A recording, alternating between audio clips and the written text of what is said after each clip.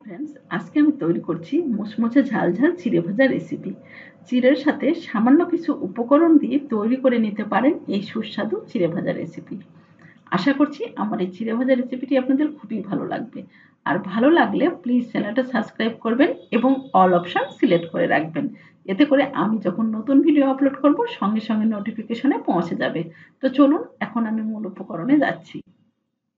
চিড়ে ভাজা তৈরি করার জন্য আমি এখানে 200 গ্রামের মতো চিড়ে নিয়েছি। তো প্রথমে আমি চিড়েটাকে একটু লবণ জল মাখিয়ে রেখে দেব। তো এজন্য আমি এখানে একটি বোলে নিয়েছি জল, আর এখানে দিয়ে দিচ্ছি হাফ চামচের মতো লবণ। তো লবণ আর জলটাকে খুব ভালোভাবে মিশিয়ে নিতে হবে। যতক্ষণ পর্যন্ত লবণটা গলে না যাচ্ছে ততক্ষণ পর্যন্ত একটু নেড়ে নিচ্ছি। তো লবণ জলটা কিন্তু আমার হয়ে গেছে। এখন আমি এই লবণ জলটা চিড়ের মধ্যে দিয়ে দিচ্ছি। দিয়ে আমি এটা প্রায় খুব ভালোভাবে মিশিয়ে নেব। আমি এখানে প্রায় 2 থেকে 3 টেবিল চামচের মতো দিয়ে দিলাম লবণ জল। লবণ জলটা দিয়ে আমি এটা প্রায় 10 মিনিটের মতো রেখে দেব। আর এখানে প্যানে দিয়ে দিচ্ছি আমি কিছুটা সরিষার তেল। তেলটা গরম হয়ে গেলে এখানে আমি দিয়ে দিব বাদাম। বাদামটা কিন্তু আমার কাঁচা, এজন্য আমি বাদামগুলো ভেজে নিচ্ছি। তো আমি প্রায় 2 থেকে 3 মিনিটের মতো একটু মিডিয়াম হিটে বাদামগুলো ভেজে নেব।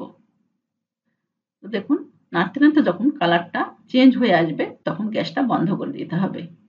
আমার কিন্তু বাদাম ভাজাটা রেডি। তো আমি বাদাম ভাজাগুলো উঠিয়ে নিচ্ছি। ঠিক কালারটা এইরকম হবে।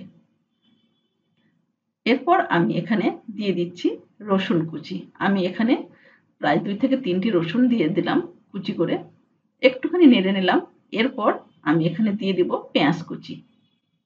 আর এখানে ঝালের জন্য দিয়ে দিচ্ছি কাঁচামরিচ কুচি। দিয়ে খুব ভালোভাবে ভেজে নিতে হবে। পেঁয়াজ, রসুন এবং কাঁচামরিচটাকে একটু ব্রাউন করে ভেজে নেব। তো কালারটা যখন ঠিক এইরকম হবে তখন আমি গ্যাসটা বন্ধ করে দেব। না হলে কিন্তু পেঁয়াজ রসুনগুলো পুড়ে যাবে।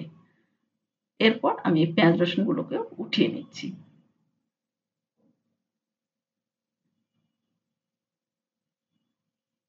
এখন আমি পেঁয়াজ ভাজার তেলের মধ্যে দিয়ে দিচ্ছি চিড়ে।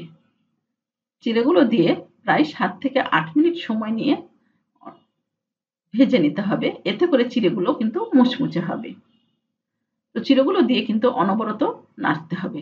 না হলে কিন্তু প্যানে লেগে যাবে। আর এ সময় গ্যাসের ফ্লেমটা কিন্তু মিডিয়ামে রাখতে হবে। তো দেখুন, ভাজতে ভাজতে কিন্তু কালারটা চেঞ্জ হয়ে আসবে। আর চিড়েগুলো কিন্তু মুচমুচে হবে। আমার চিড়েগুলো কিন্তু ভাজা হয়ে গেছে।